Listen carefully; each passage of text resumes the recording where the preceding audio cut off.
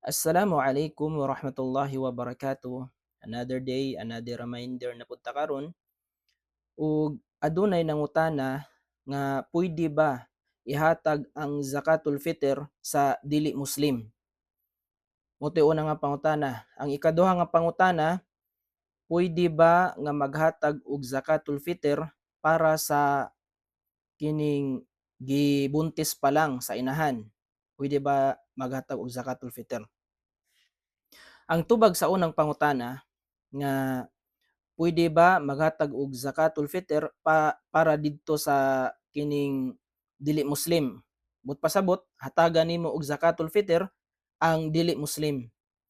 Sa hadith ni Propeta Muhammad sallallahu alaihi wasallam ang lafaz niya ato niingon ang propeta minal muslimin, para lang sa mga Muslim.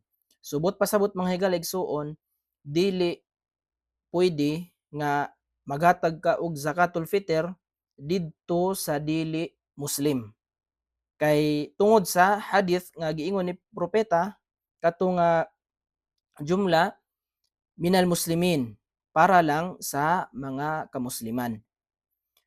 So ang ikaduha nga pangutana, pwede ba nga maghatag og zakatul fitr sa gibuntis pa lang?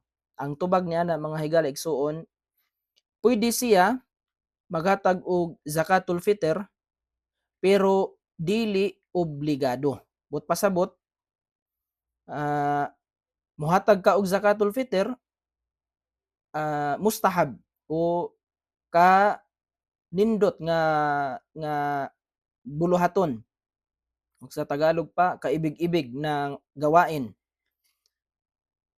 ug dili siya obligado. Kung imong gibuhat, mustahab, ang iyang hukom mustahab. Kung wala nimo gibuhat, wala kay sala ug dili pod siya obligado.